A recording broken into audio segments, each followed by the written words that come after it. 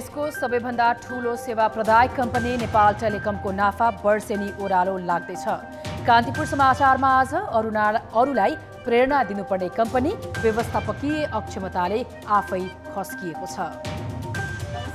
अब मुख्य समाचार। निरन्तरको वर्षाले तराई जलमग्न, बाढी र डुबानमा परि 5 को मृत्यु, 4 बेपत्ता। पहिरोले दर्जन भन्दा बढी सडक अवरुद्ध।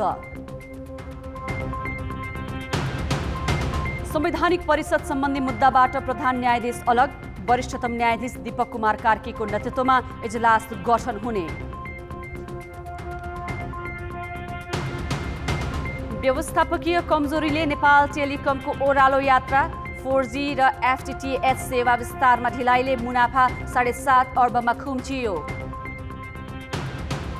अफगानिस्तानमा तालिबानद्वारा काम चलाउ सरकारको खाका सार्वजनिक, काबुल विमानस्थल बाहिरको विस्फोटमा मृत्यु हुनेको संख्या 110 पुग्यो। र राष्ट्रिय क्रिकेट टिमका प्रशिक्षक डेभ वाटमोरद्वारा राजीनामाको घोषणा, महामारीका कारण परिवारबाट टाढा बस्दा पीडा भएको गुनासो।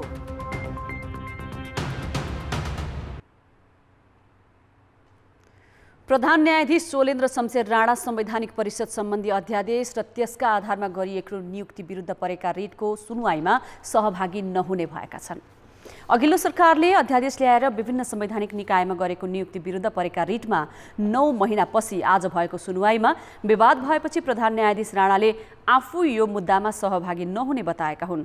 उनले रिट निवेदनको पहिलो र अन्तिम दिनको सुनवाईमा अनुपस्थित हुने बताएका हुन्। अब पहिलो दिन इजलास गठन गर्दा प्रधान न्यायाधीश विधामा बस्नेछन्। वरिष्ठतम न्यायाधीश दीपक कुमार कार्कीको नेतृत्वमा गठन हुने इजलासले मुद्दाको सुनवाई गर्नेछ।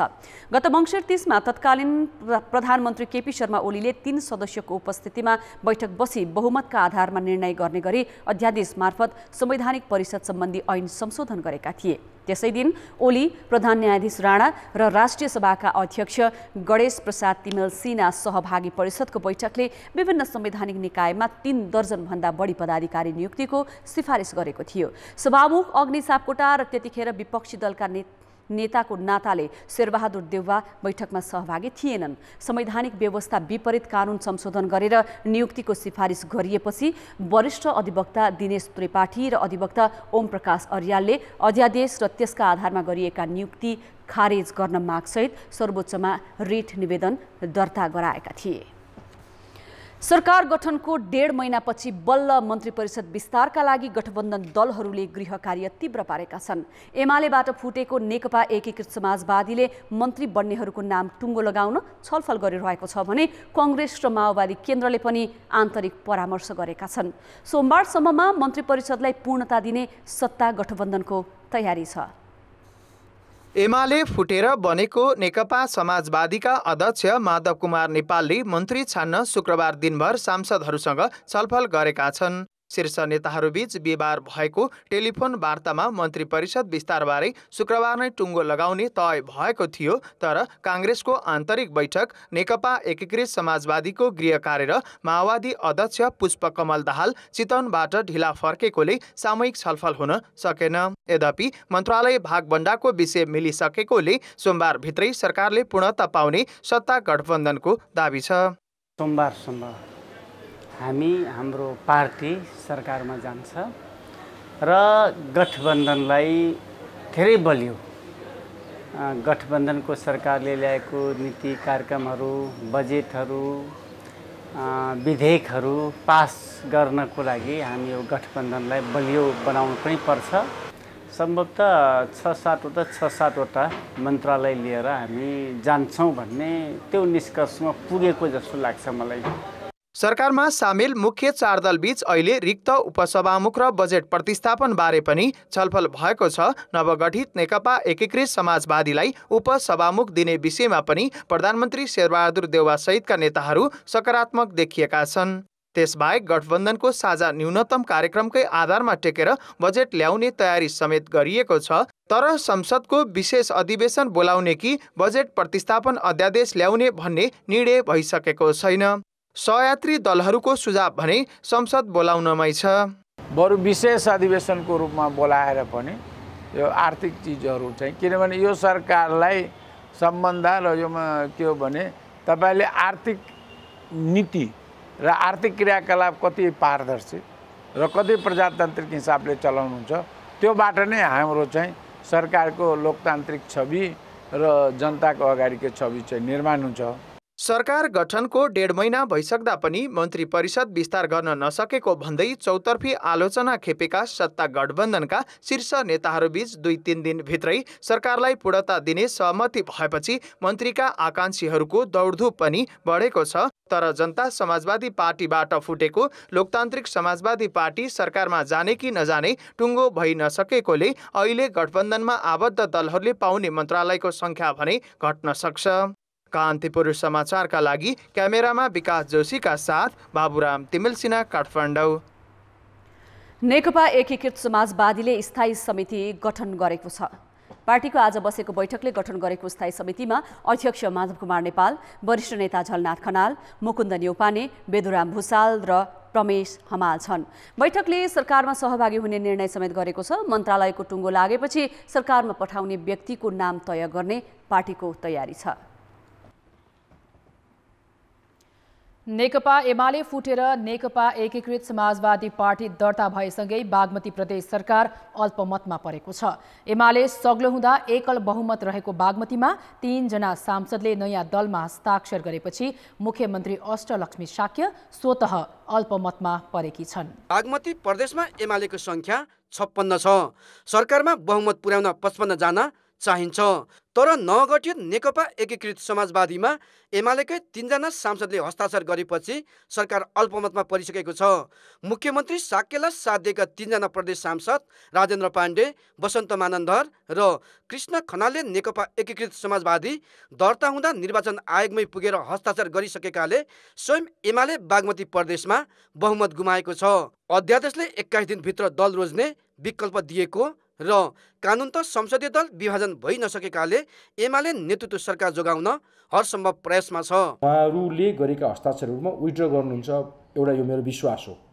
मेरो विश्वासमा तुषारपात भएसरी के हुन्छ त, संसदभित्र अन्य दलहरू पनि हुनुहुन्छ, उहाँहरूसँग हाम्रो छलफल परामर्शहरू जारी रहनेछ।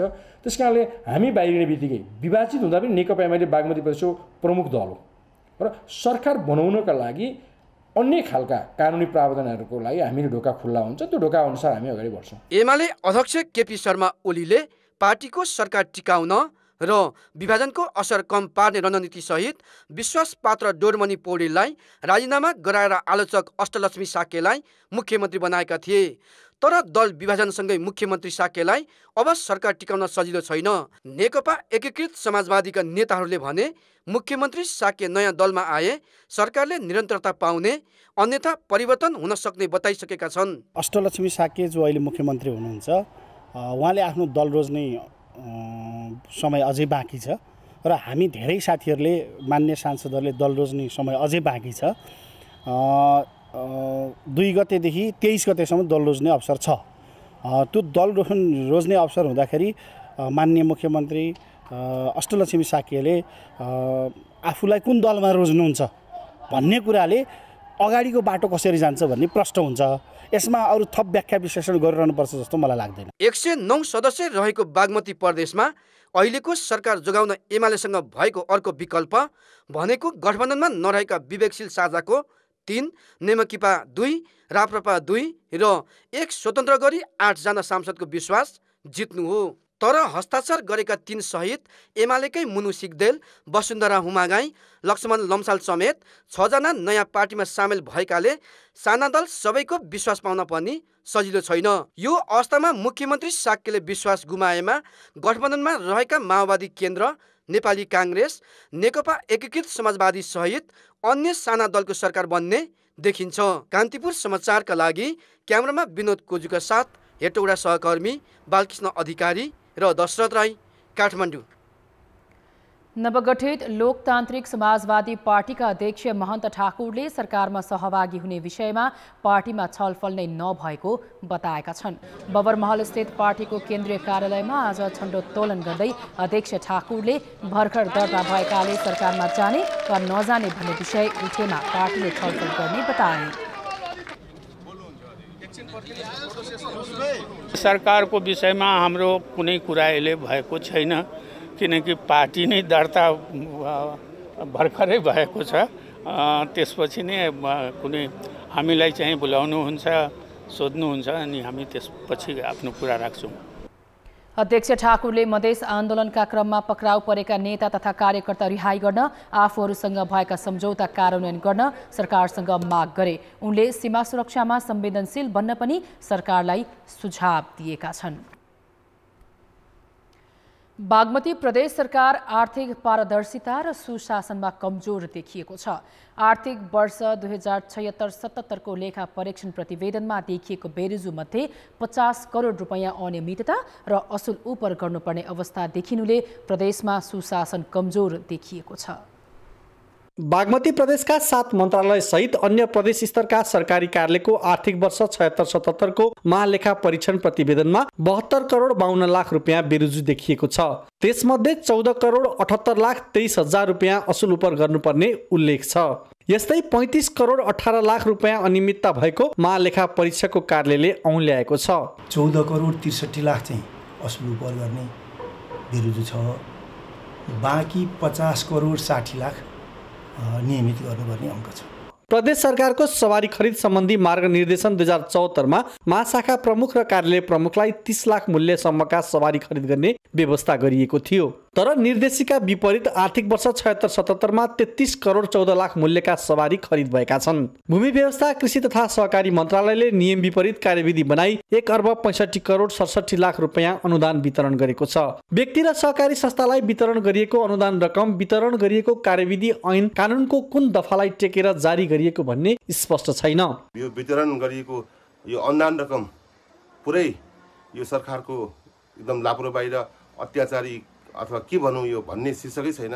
यो चाहिँ आफ्नो कार्यकर्तालाई भरण पोषण गरिएको रूपमा सार्वजनिक लेखा समिति लिएको छ। बागमती प्रदेश सरकारले प्रदेश सभाका पदाधिकारीहरूको सेवा सुविधा सम्बन्धी ऐन 2075 को अनुसूची 1 र 2 संशोधन मात्र गरेन। ऐन संशोधन हुनु अघिको मिति 2076 साउनदेखि नै थपिएको सुविधा बापतको रकम समेत भुक्तानी भएको छ। प्रदेश सभाका पदाधिकारी सदस्य र उनीहरूका कर्मचारीहरूको सेवा सुविधा बापतको थप 75 लाख 79 हजार रुपियाँ समेत भुक्तानी भएको छ। कार्यान्वयन पहिले र निर्णय पछि हुनाले त्यसले कानुनको भूत प्रभावी असर पर्दछ। त्यसले प्रत्यक्ष रूपमा कानुन र संविधान विपरीत हुन्छ र फौजदारी न्याय सिद्धान्त विपरीत पनि हो। यसलाई संवैधानिक व्यवस्थाले पनि त्यसलाई निषेध गर्दछ। त्यो संविधान विपरीत छ। गत आर्थिक वर्षको बेरुजु रकम 98 करोड 42 लाख रुपियाँ थियो। यस आर्थिक वर्षमा यो रकम बढेर 1 अर्ब 38 करोड 50 लाख रुपियाँ पुगेको छ। फरचोट गर्दै बेरुजु रकम घटाउनु पर्नेमा बढेको देखिन्छ। कान्तिपुर समाचारका लागि बालकृष्ण अधिकारी, हेटौडा, मकवानपुर। आज 1577 जनामा कोरोना संक्रमण पुष्टि भएको छ। यस्तै 25 संक्रमितको मृत्यु भएको छ। 8752 जनाको पीसीआर परीक्षण गर्दा 18% भन्दा बढीमा संक्रमण पुष्टि भएको हो। यसैगरी एन्टिजेन परीक्षणमा 488 जनामा संक्रमण देखिएको छ। आज काठमाडौँ उपत्यकामा 715 संक्रमित थपिए। यस्तै कास्कीमा 181 र मोरङमा 112 संक्रमित बढेका छन्। आज 2337 जना कोरोना मुक्त भएका छन्। सक्रिय संक्रमितको संख्या 38,000बाट झरेको छ। देशैभर 622 जना आइसियु र 171 जना भेन्टिलेटरमा उपचाररत छन्। यसैबीच आज करिब 1,80,000 जनालाई कोभिड विरुद्धको खोप लगाइएको छ। पहिलो मात्रा लगाउनेको संख्या 50 लाख तथा पूर्ण मात्रा लगाउनेको संख्या 40 लाख नाघेको छ। 2 दिनदेखिको अविरल वर्षासँगै मुलुकका अधिकांश भागमा बाढी, पहिरो र डुबानले 5 जनाको मृत्यु भएको छ। त्योभन्दा बढी बेपत्ता भएका छन्। पहिरो जाँदा देशैभरका सडक सञ्जालमा समस्या देखिएको छ भने नदीहरूमा पानीको बहाव बढ्दा तराईका तल्लो तटीय क्षेत्रका धेरै भूभाग डुबानमा परेका छन्। बाढीले बगाएर रूपन्देही र नवलपरासीमा 2-2 जना र कैलालीमा 1 जना गरी 5 जनाको मृत्यु भएको छ। नवलपरासीमा 4 जना बेपत्ता भएका छन्। सदरमुकाम, परासी लगायत आसपासका गाउँ बस्तीमा डुबानले धेरै असर गरेको छ। बाँकेमा करिब 50 घर डुबानमा परेका छन्। राप्ती नदी तटीय क्षेत्रमा बस्ती बढी प्रभावित भएका छन्। डुडुवा नालाको बाढीले खडैचा बस्ती कटान गरेको छ। आज राति 2 बजेदेखि बाढी आएर हामी खाना नपिना भएर अरूसँग बिस्कुट मगाएर हातमा यी कालो चेयर बिस्कुट लिएर उभिरहेका छन्। अब के गर्ने? सम्बन्धित निकायले हामीलाई ध्यान आकर्षित गरिदिनु पर्छ। धनुषा, महोत्तरी, नवलपरासी, रूपन्देही, कपिलवस्तु र बाँकेमा गरी 1000 भन्दा बढी घर डुबानमा परेका छन्। महोत्तरीको रातु खोलाको बाढीले तटबन्ध कटान गरेपछि बस्ती नै डुबानमा परेको हो। बाढी बस्तीमा पस्दा करिब 900 घर डुबानमा परेको प्रहरीले जनाएको छ।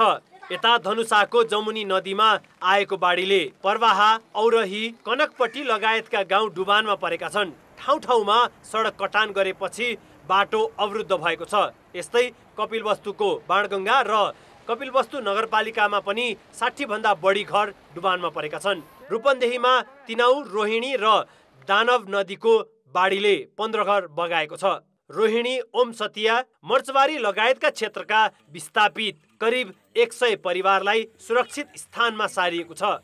उता कैलालीको जानकी गाउँपालिका र भजनी नगरपालिकामा 100 घर डुबेका छन्। गुलरा नदीले बगाउँदा लम्की चुहाका 95 वर्षीय फुपिया थारूको मृत्यु भएको छ। भजई नगरपालिका लालबोजीमा कान्द्रा नदीले हुलाकी सडक सहित 6 घर बगाएको छ। हम लोग को एकदम गांव के करीब में डुड़वा भी आया हुआ है, नदी भी आए के वापस चला हुआ है और गांव कटे वाला है। इसके लिए हम लोग आप लोग से यही अनुरोध है कि जल्दी से जल्दी पत्थर का टनबन होना चाहिए।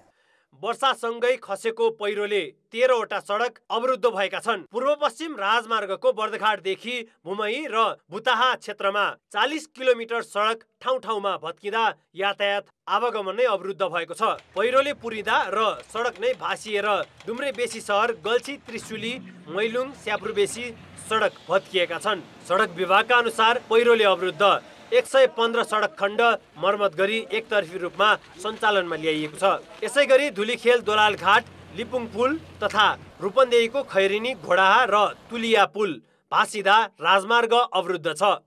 यी रुटहरूको ठाउँमा वैकल्पिक अन्य रुटहरू पनि छन् जुन चाहिँ अहिले चाहिँ त्यस्तो क्षति भएको अवस्था छैन अन्य रुटलाई।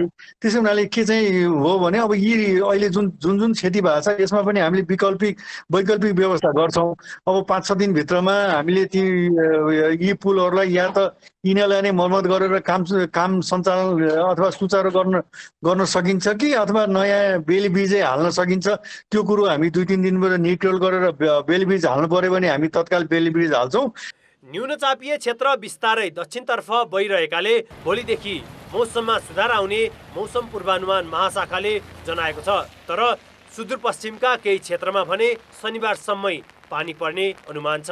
मध्य र पूर्वी भूभागमा चाहिँ बिस्तारै क्रमिक रूपमा सुधार हुँदै गएको छ भने अब मलाई लाग्छ आज राति र भोलि चाहिँ सुदूरपश्चिमको केही भूभागमा फेरि भारी वर्षा हुने देखिन्छ भने बाँकी भूभागमा चाहिँ क्रमिक रूपमा सुधार हुन्छ।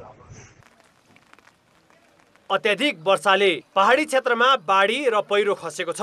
त्यसको असरले तराई मधेस बढी डुबानमा परेको छ। बाढी, पहिरो र खास गरी तराई क्षेत्रमा हुने डुबानबाट जोगिन र सुरक्षित स्थानमा रहन गृह मन्त्रालयले आग्रह गरेको छ। कान्तिपुर समाचारका लागि जिल्ला सहकर्मीहरूको सहयोगमा सुबिन्द्र श्रेष्ठ, काठमाडौँ। दार्चुलाका जयसिंह धामी तुइनबाट महाकालीमा बेपत्ता भएको 1 महिना पुग्न लाग्यो।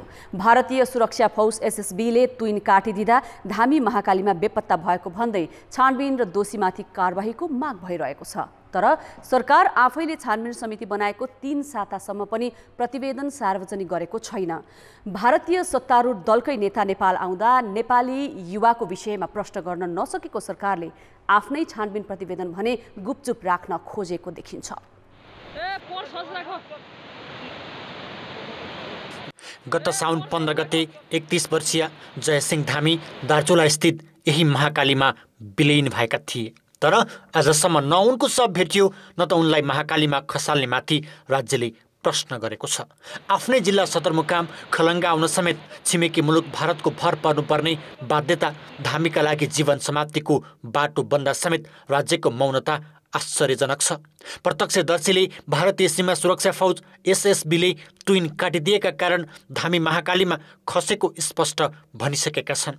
तर गृह मन्त्रालयले बनाएको छानबिन समितिले 3 साता बितिसक्दा पनि प्रतिवेदन सार्वजनिक गरेको छैन। 10 दिनको समय लिएको समितिले छानबिन सकेको छ। यो बीचमा भारतीय सत्तारूढ दलका विदेश विभाग प्रमुख 4 दिन काठमाडौँ बसेर फर्केका छन्। तर सरकारले न उनीसँग धामी बेपत्ताबारे कुनै प्रश्न गर्यो न त प्रतिवेदन सार्वजनिक गर्न चासो दिएको छ। बरु संसदीय समितिले बेपत्ता धामी र प्रतिवेदनमाथि प्रश्न गर्दा गृहमन्त्रीले नै जवाफ टार्न खोजे। जसले ट्विन काटे उसको फोटो खिचेर सामाजिक सञ्जालमा एसएसपी को फोटो राखिसके। सरकार चाहिँ दिल्लीबाट खोज्दैछ कहिले आउँछ, हस्पिटलदेखि कहिले आउँछ। बिरामीको आफै होइन, आफन्त हो। त्यसले गर्दा मलाई के लागेको छ भने यो रिपोर्ट ढिलो गर्नमा गृह मन्त्रालय आफै साइडबाट त भूमिका खेलिरहेको छ कि छैन। घटनास्थल पुगेको छानबिन समितिले धामीलाई त्यस दिन तुइन तार्न सघाउनेदेखि अन्य प्रत्यक्षदर्शीसँग सोधपुछ गर्दा अधिकांशले भारतीय सुरक्षा फौजलाई कारण देखाएका छन्। एसएसबीले तुइन काटेको हो भने त्यो सिमानामा हुने मानवता विरुद्धको अपराध हो। घटनास्थल पुगेको छानबिन समितिले धामीलाई त्यस दिन तुइन तार्न सघाउनेदेखि अन्य प्रत्यक्षदर्शीसँग सोधपुछ गर्दा अधिकांशले भारतीय सुरक्षा फौजलाई कारण देखाएका छन्। एसएसबीले तुइन काटेको हो भने त्यो सिमानामा हुने मानवता विरुद्धको अपराध हो। तर यति गम्भीर विषयमा भारतसँग जवाफ नमाग्नुले सरकारले नै घटना सामसुम पार्न चाहेको र सानो आवाजलाई सुन्न नखोजेको देखिन्छ। क्षतिपूर्ति देऊ भन्थ्यो, माफी माग भन्थ्यो, 50वटा कुरा हुन्थ्यो नि। यिनीहरूले एक शब्द पनि, र सायद अहिले पनि म बुझ्दैछु, यो प्रतिवेदन पनि सार्वजनिक हुँदैन। यही 10,000 रुपियाँ 10 लाखमा जयसिंह धामीका परिवारलाई 10 लाखमा उहाँहरूले चित्त बुझाउनुहुन्छ। अहिले नेपालीको मूल्य 10 लाख मात्रै भयो। विदेशी फौजका कारण आफ्ना नागरिकले अनाहकमा ज्यान गुमाउँदा समेत जवाफ नमाग्नुले सरकार भारतसँग बोल्न सक्दैन र भन्ने आम मानिसको प्रश्न छ। सँगै आफ्नै सदरमुकाम आउन पनि अर्काको भूमि प्रयोग गर्नुपर्ने बाध्यताको अन्त्य चाहिँ कहिले हुन्छ? महाकाली आसपासका बासिन्दालाई त्यसको पनि जवाफ चाहिएको छ। कान्तिपुर समाचारका लागि क्यामेरामा राजेन्द्र महर्जनका साथमा रमेश धमला, काठमाडौँ। नेपाली सेनाको प्रधान सेनापतिमा प्रभुराम शर्मा नियुक्त भएका छन्। राष्ट्रपति विद्यादेवी भण्डारीले मन्त्री परिषदको सिफारिसमा शर्मालाई भदौ 24 गतेदेखि लागू हुने गरी आज प्रधान सेनापति नियुक्त गरेकी हुन्। मन्त्री परिषदले भदौ 3 गते शर्मालाई प्रधान सेनापति नियुक्त गर्न सिफारिस गरेको थियो। अवकाशको 1 महिना अघि बिदा बस्ने परम्परा अनुसार प्रधान सेनापति पूर्णचन्द्र थापा बिदा बसेकाले त्यो मितिदेखि शर्माले कायम मुकायम प्रधान सेनापतिको कार्यभार सम्हाल्दै आएका छन्। अफगानिस्तानमा तनाव बढिरहँदा थप 42 नेपाली काबुल आइपुगेका छन्। उनीहरू अफगानिस्तानका विभिन्न ठाउँबाट उद्धारको आशमा काबुल विमानस्थल नजिक आएर बसेको परराष्ट्र मन्त्रालयले जानकारी गराएको छ। उनीहरू समूहमा बसेका छन्। सक्दो चाँडो उद्धारका लागि विभिन्न कूटनीतिक नियोगका अधिकारीहरूलाई आग्रह गरिएको मन्त्रालयको मध्य तथा पश्चिम एसिया महाशाखा प्रमुख हरिशचन्द्र घिमिरेले जानकारी दिए। अफगानिस्तानबाट अहिलेसम्म 770 नेपाली स्वदेश फर्किसकेका छन्। श्रम स्वीकृति लिएर अफगानिस्तान गएका 700 भन्दा बढी युवा अझै फर्किन सकेका छैनन्।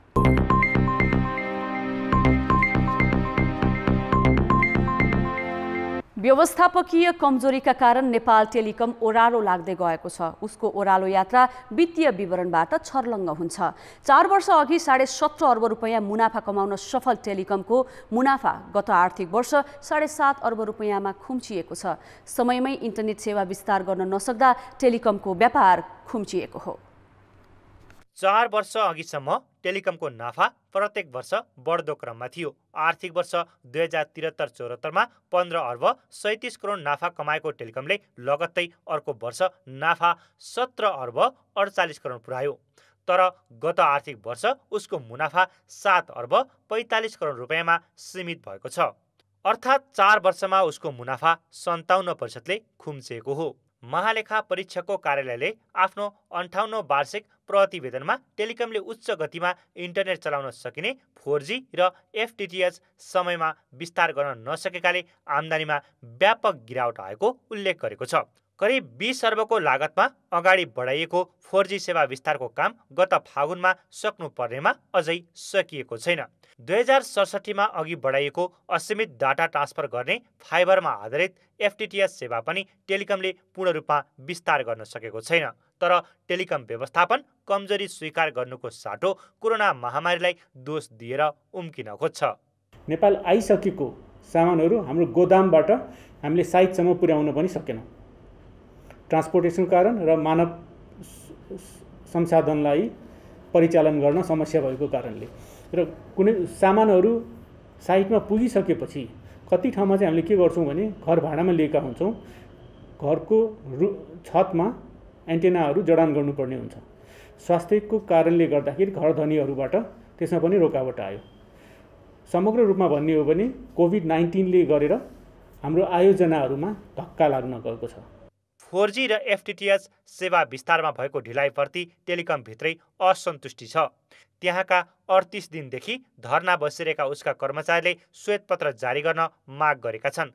ग्राहक सङ्ख्या बढ्दै गए पनि टेलिकम व्यवसाय आक्रामक रूपमा विस्तार गर्न चुकेको छ। विस्तारित सेवाको गुणस्तरमा कमजोरी र मर्मत सम्भारमा ढिलासुस्ती पनि टेलिकमको कमाई घट्नुका कारण हुन्। भोइस कलको व्यापार खस्किएकाले विश्वका अधिकांश टेलिकम कम्पनी डाटा बिजनेसमा केन्द्रित भएका छन्, तर टेलिकम व्यवस्थापनले डाटा बिजनेसलाई व्यापक बनाउन सकेको छैन। आजको दिनमा यसो हेऱ्यो भने हामी खासै नेपाल टेलिकमको सन्दर्भमा चाहिँ धेरै सन्तुष्ट हुने आधार देखिँदैन।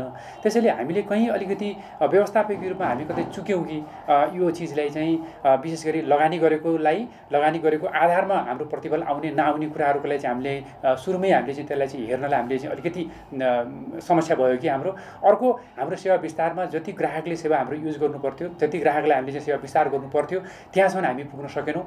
हरेक ठाउँमा प्रतिस्पर्धीहरूले आँखा लगाइरहेका हुन्छन् अनि त्यो आफूले सर्भिस विस्तार गर्न नसक्दाखेरि चाहिँ अर्को प्रतिस्पर्धीले सेवा विस्तार गर्ने र उसको सेवा चाहिँ बढी युज हुने हुँदाखेरि हाम्रो आम्दानी पनि घट्ने नै भयो, नाफा पनि घट्ने नै भयो। टेलिकमसँग देशव्यापी सञ्जाल छ, जनशक्ति र पूर्वाधारको कमी छैन। कमी देखिएको छ त सुशासन र सेवा विस्तारको। यसप्रति व्यवस्था गरिरहने हो भने टेलिकमको नाफा अझै घटेर जाने निश्चित छ। कान्तिपुर समाचारका लागि क्यामेरामा पशुपति बुढाथोकी र हेमन्त कटुवालका साथ सुदिल पोखरेल, काठमाडौँ। मौद्रिक नीतिले कर्जा विस्तारमा रोक लगाउनका साथै ब्याङ्कको मुनाफामा असर गर्ने भन्दै ब्याङ्करहरूले असन्तुष्टि जनाएका छन्।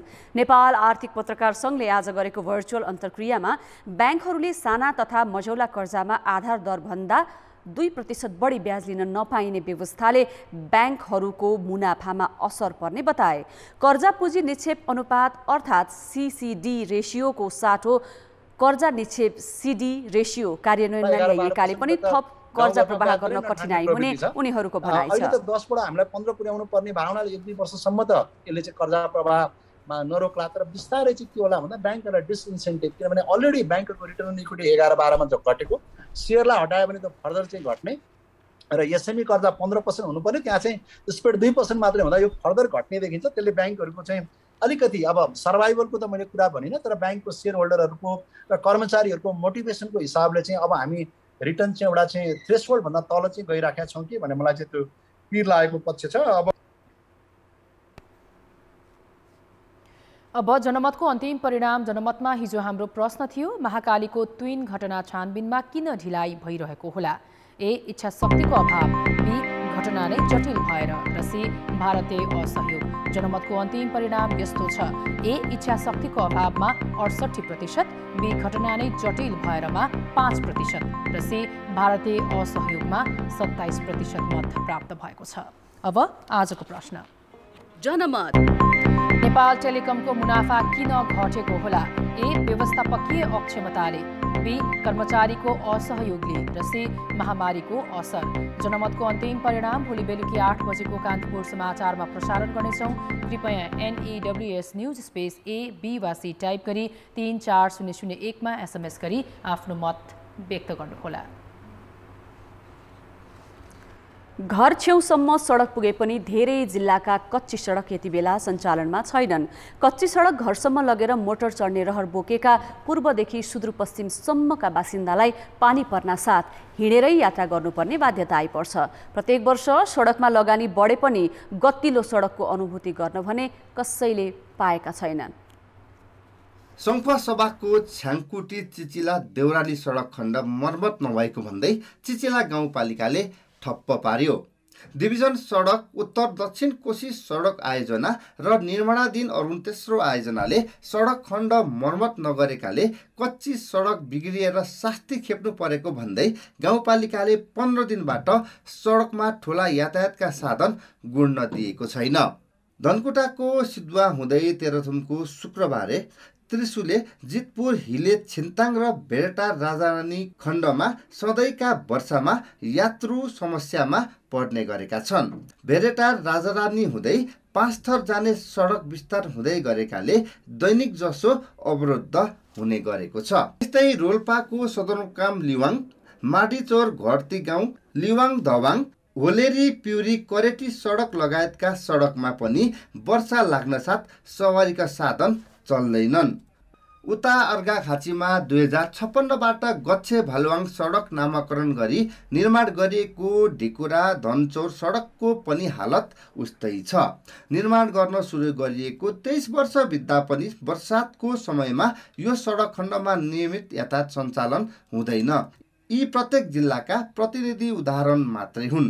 सडक बिग्रिएपछि बिरामीलाई उपचारमा लैजान, नुन तेल किन्न र खाद्यान्न ढुवानीका लागि स्थानीय सबैलाई समस्या भएको छ। लगानी पनि भएको छ, त्यो चाहिँ लगानी भएको चाहिँ सबै चाहिँ खोलामा चाहिँ बगेर चाहिँ नष्ट भयो। यो चाहिँ अवस्था आएको चाहिँ स्ट्रेचर बोकेर डबल मान्छे हिँड्न नसकिने चाहिँ बाटोहरू छ कि हैन। त्यसै भएनाले एकदम त्यो बाटो अवरोध हुँदाखेरि विशेष गरी चाहिँ आपतकालीन बिरामीहरू पर्ने हैन, तिनलाई हस्पिटल ल्याउन गर्दाखेरि चाहिँ समस्याहरू हुने। अधिकांश जिल्लामा स्थानीय, प्रदेश र संघीय सरकारको नयाँ सडक खन्न र पुरानो मर्मतका लागि विकास बजेटको झन्डै 60% रकम खर्चिन्छन्। उनीहरूले गरेको लगानीको प्रतिफल स्थानीयले अनुभूत गर्न पाएका छैनन्। स्थानीय तहले प्रत्येक गाउँ र टोलमा जाने बाटोहरू खनाएको छ, तर भइदो के भने जुन यो हाइवे बाटो छ जहाँसम्म पिच भएको छ त्यहीसम्म मात्रै गाडी ठुल्ठुलो गाडीहरू कुद्ने भएको छ। बिरामी ल्याउनको लागि मान्छेले पहिलाकै जस्तै मान्छेले नै बोकेर डोकोमै बोकेर ल्याउने अवस्था भएको छ। एम्बुलेन्सबाट ल्याउने अवस्था छैन।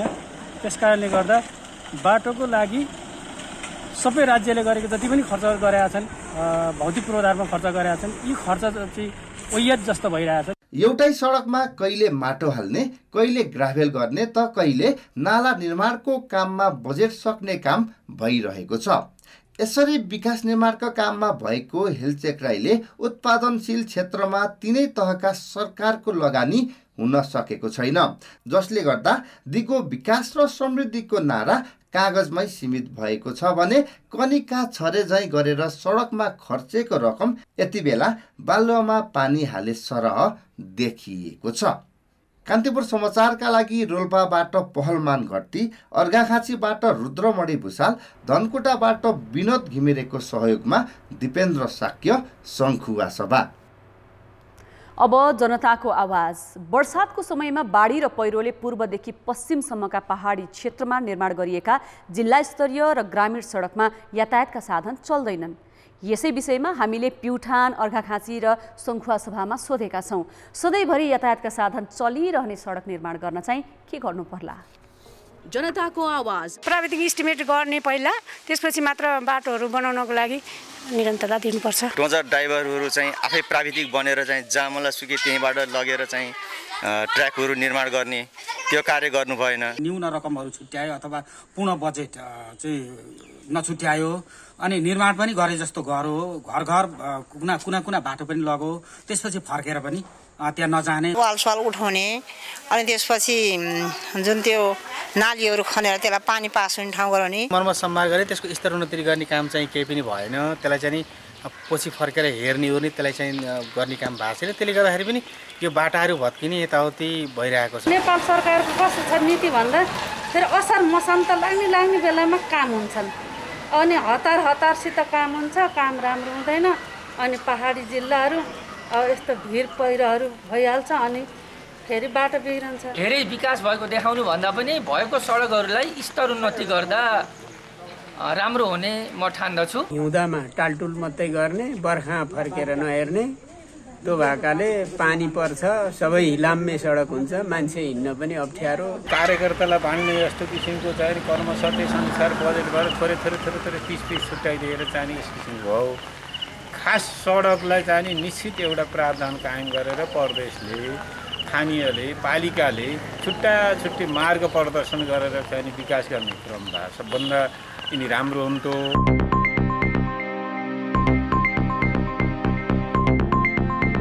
खेलकुद समाचार। नमस्कार, कान्तिपुर खेलकुद समाचारमा स्वागत छ।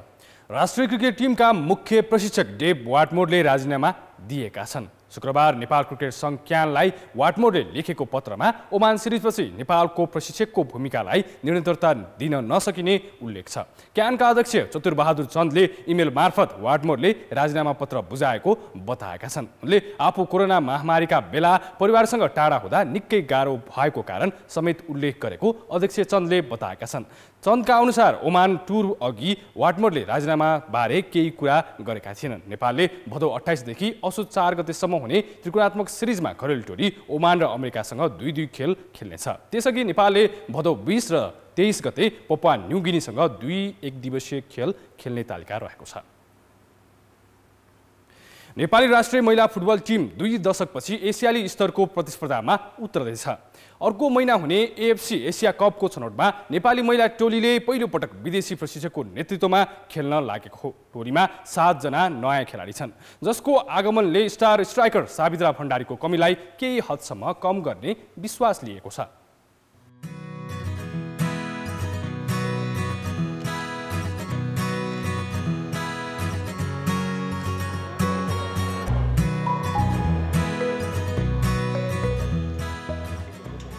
नेपालले अहिलेसम्म 3 पटक एसिया कप खेलेको छ। पछिल्लो पटक सन् 1979 मा फिलिपिन्समा खेले यता नेपाल एसिया कपमा सहभागी भएको छैन। 22 वर्षपछि नेपाल एसिया कपमा छनौट हुने लक्ष्यमा छ। त्यसका लागि प्रशिक्षक फिलिप ग्यारीले 23 सदस्यीय अन्तिम टोली छनौट गरिसकेका छन्। महिला टोली पहिलो पटक विदेशी प्रशिक्षकको नेतृत्वमा छ। कोच नयाँ छ, प्लेयरहरू पनि धेरै नयाँ आएको छ, त्यही भएर सबैमा जोस चाहिँ छ। एकदम राम्रो अपर्च्युनिटी चाहिँ हाम्रो लागि एकदम ठुलै हो। यो हामीले एकदमै त्यसलाई पोजिटिभली लिनुपर्छ। 2 वर्ष अघि घरेलु मैदानमा भएको 13औं दक्षिण एसियाली खेलकुदपछि महिला टिमले अन्तर्राष्ट्रिय प्रतियोगिता खेलेको छैन। टिममा स्टार स्ट्राइकर सावित्रा भण्डारी छैनन्। उनी कतारमा घुँडाको शल्यक्रियापछि निको हुने क्रममा छिन्। टिममा उनको अभाव खड्किनेछ। 7 नयाँ खेलाडीले पहिलो पटक राष्ट्रिय टिममा स्थान बनाएका छन्। यी मध्ये उमेर समूहमा नेपाली टोलीको कप्तानी सम्हालिसकेकी मिडफिल्डर प्रीति राईबाट निकै अपेक्षा गरिएको छ। 17 वर्षीय प्रीति एपीएफ क्लबमा सावित्राकी टिममेट पनि हुन्। दिदीहरूसँग खेल्नु हैन, अब आफूभन्दा धेरै नै सिनियर खेलाडीहरूसँग खेल्नु पाउँदा चाहिँ अब म खुसी पनि ठान्छु र एक किसिमले आफूभन्दा ठुलोहरूसँग खेल्नु एउटा कम्पिटिसनको रूपमा पनि लिन्छु म। र अब आफूलाई जुनियर भन्नुभन्दा पनि अब दिदीहरूसँग खेलेर हैन आफ्नो दिदीहरूको टिममेट्सको रूपमा चाहिँ म देखिन चाहन्छु। अब डिफ्रेन्ट त हुन्छ, अब हामीभन्दा धेरै अब र्याङ्क माथिको हैन टिमहरूसँग हामी खेल्दैछौँ। अब त्यही भएर अब त्यही हो, अब हामीले चाहिँ सकेसम्म हामी सबै होल टिमले नै अब आफ्नो 100% दिएर अब रिजल्ट राम्रो ल्याउँछौँ भन्ने एउटा आश गरेको छ। उज्बेकिस्तानमा हुने छनौट चरणमा नेपालले असोज 2 गते फिलिपिन्स र 4 गते हङकङसँग प्रतिस्पर्धा गर्नेछ। Yeah, this is a great opportunity for the girls, and it's a great opportunity for all Nepal. You know, if we can be the first team to qualify for the Asian Cup, it would be a massive boost for everyone. As a coach, I'm only happy if we are winning. All right, and I'm sure the girls are in that situation as well. छनौट खेल यसअघि नेपालमै हुने तय भएको थियो, तर कोभिडका कारण आयोजनाको अवसर गुम्यो। उज्बेकिस्तान जानुअघि नेपालले घरेलु मैदानमा बंगलादेशसँग मैत्रीपूर्ण खेल खेल्ने तालिका छ। कान्तिपुर समाचारका लागि क्यामेरामा मुरारी घिमिरेका साथ सबिना कार्कीको रिपोर्ट। कान्तिपुर खेलकुद समाचार अहिलेलाई यति नै। अब मौसम।